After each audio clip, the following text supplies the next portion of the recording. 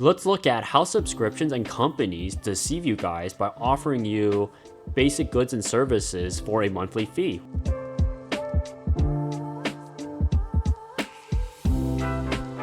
Now first, let's look at ink cartridges that stop working when users cancel their subscription. For example, Adobe subscription model deploys recurring annual plans or termination with penalties in this case. Now these are some examples that companies use to trick you into making a mistake so you would pay them more money. This is like basically you can look at credit card companies too. This is another example. So another one is deceptive patterns, also known as dark patterns, which are tricks used in websites and apps to make you do things that you don't mean to. Let's say like for buying or signing up for something. Now dark patterns employ several design techniques to deceive or manipulate users such as yourself and I. Patterns that exploit cognitive bases such as psychological vulnerabilities and user expectations to influence their behavior. This includes misdirection, misleading information, and forced continuity, and hidden costs. Now, while these things are subtle and no big deal for a majority of people, but these dark patterns that companies have used have consequences for users, leading to mistrust and frustration. Because over time, eventually, let's say they start charging you like extra 25 cents, eventually that 25 cents will build up and they will increase it if there is no backlash. This is how business works. Now, how does this impact your finances? Now, why is it important? First, avoiding financial exploitation by manipulative design techniques is designed to trick you into taking action you do not want to take, and by being aware of these, you are better informed and able to protect yourself from falling victim to these deceptive practices. Now, being aware of these deceptive practices also allows you to make more informed purchases decisions. Recognizing that you are being manipulated can also lead you to opt out for better products and services that align with your needs and preferences, leading to better spending and better financial income altogether. Because if you figure out that a company is messing with you or just basically messing with your finances, you are more likely to cancel that subscription. Like let's say for example, you go to Costco and Costco, you have a reoccurring like yearly fee. If you don't use it, you should cancel it. Now, one of the most common practices used is making subscriptions really hard to cancel. This is such as making complex or time-consuming. The best example of this, let's say your gym membership, where you have to call them up to cancel. And in some cases, they require you to be in person when you want to cancel. They may also ask you or try to offer you a better alternative plans so you will still be using their product or service. Another example would be the New York Times. New York Times, of course, news articles and magazines love to do this, which made it easy to sign up for subscription, but they make it very difficult for you to cancel. Just pay attention to that when you sign up subscriptions. Look how easy it is to sign up and look how difficult it is to cancel, as users have reporting being required to call customer service to cancel. And of course, customer service doesn't always have to work. Then this makes another headache you have to go through. Another very common example is hidden costs. This one occurs a lot of times, and they try to do it without majority of people knowing.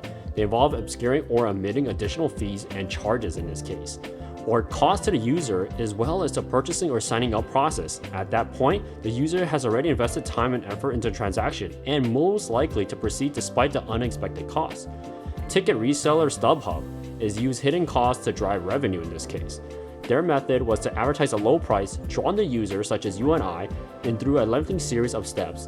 And at the end, immediately before the payment, they will reveal a final higher price. Now at this point, you have already spent your time and energy, and some people would just rather pay the hidden costs up front rather than make the extra effort to find a lower price for tickets. This is at the end is all cognitive basis, meaning is they try to make it in a way, make it difficult for you to cancel and make it as easy as for you to sign up.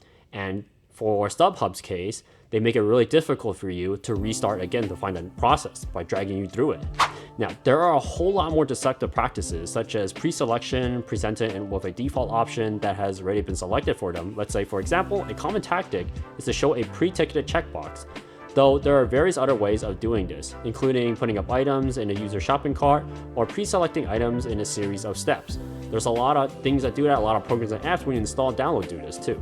There are lots of reasons why this is a powerful deceptive pattern, because firstly, there is simply a matter of awareness. Users have to notice it. If you don't notice it and you don't read it, then they'll work out for what all it means. Now, if their user doesn't, they'll just scroll past it and be completely unaware of the implications. Let's say, for example, you try to download Google, they make you download basically, let's say, Chromium.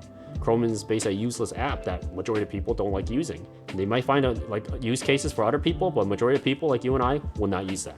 Now, let's say, have you tried to ever order something online, then you suddenly see customers have already bought.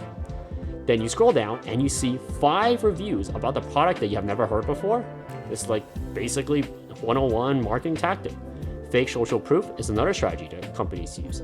They may be using a fake or bought 5-star reviews to make it seem that our product is widely regarded as popular and of high quality. Amazon. Praying for a user's social proof and proof of cognitive basis, in which individuals are likely to conform to the behavior of others, is a shortcut that allows people to avoid the hard work of carrying out a critical evaluation of their own. And this is really hard to basically judge. If you look at online sales, like let's say Amazon, it's really hard to tell when there's a bunch of the same products, and it's really difficult to tell which one is good or not. So people like to use reviews, including you and I. And once we found out the hard way, then we regret buying it in this case. But by using fake social proof as a deceptive pattern, in this case, providers can trick users onto making a purchase or engaging with their offerings. Now, there's a whole lot more deceptive practices used, but what I just listed as examples are some of the most common ones out there, and some of them are impossible to avoid. You just have to pay attention.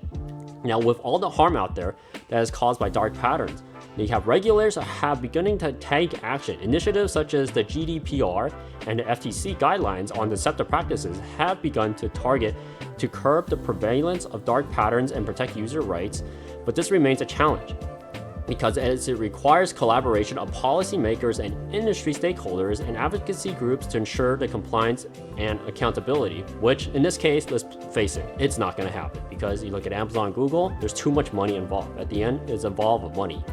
Being informed of all these practices that are out there and staying informed is one of the best ways to mitigate and being manipulated by all these companies who want to trick you into giving away your information or money.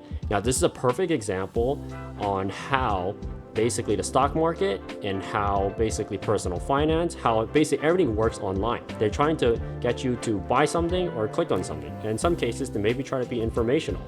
But just make sure to take everything a grain of salt and make sure to do your own diligence and practice. For example, click the subscribe button down below and a like button. And if you guys have any more questions, I'll see you guys next time. Make sure to comment down below. Peace.